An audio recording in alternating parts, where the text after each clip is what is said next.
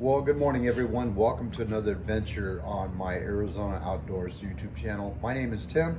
I just wanted to recap a little bit on the video that I posted a little bit ago in regards to the downrigging system that I had for my 16-foot crestliner. I have one of the older models. It's a Canon downrigger system. They came with both of them for both sides of the boat.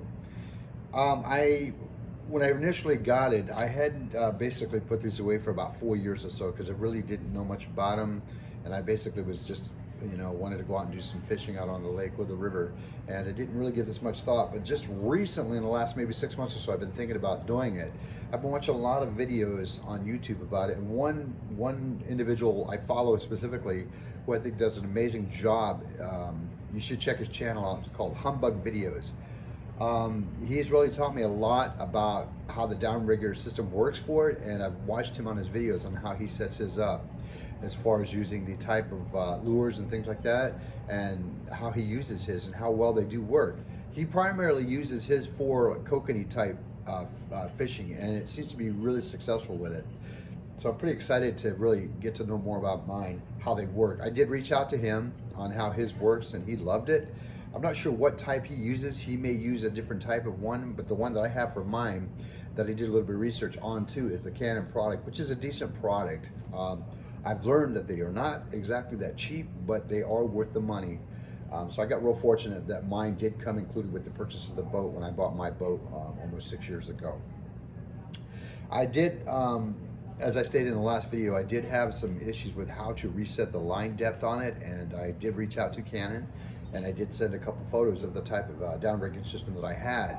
They were gracious enough to actually contact me back via email and did tell me how I'm able to do it. Apparently there's a couple of ways of doing it, and I'll show you here.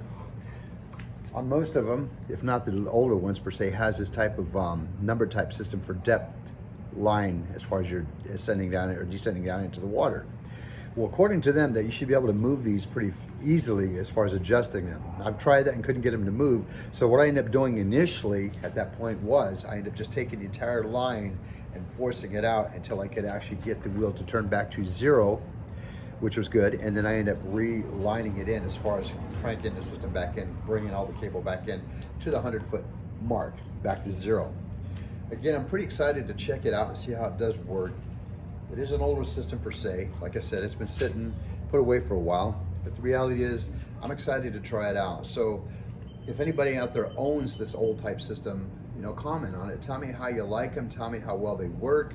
And have you had any issues, pros and cons, no matter what they may be? Let me know. I'm excited and interested to know, because the more feedback that I can get, the better I can learn myself, and the more I can share with other folks who may have the similar issues or problems that I've had or encountered, or how well they work.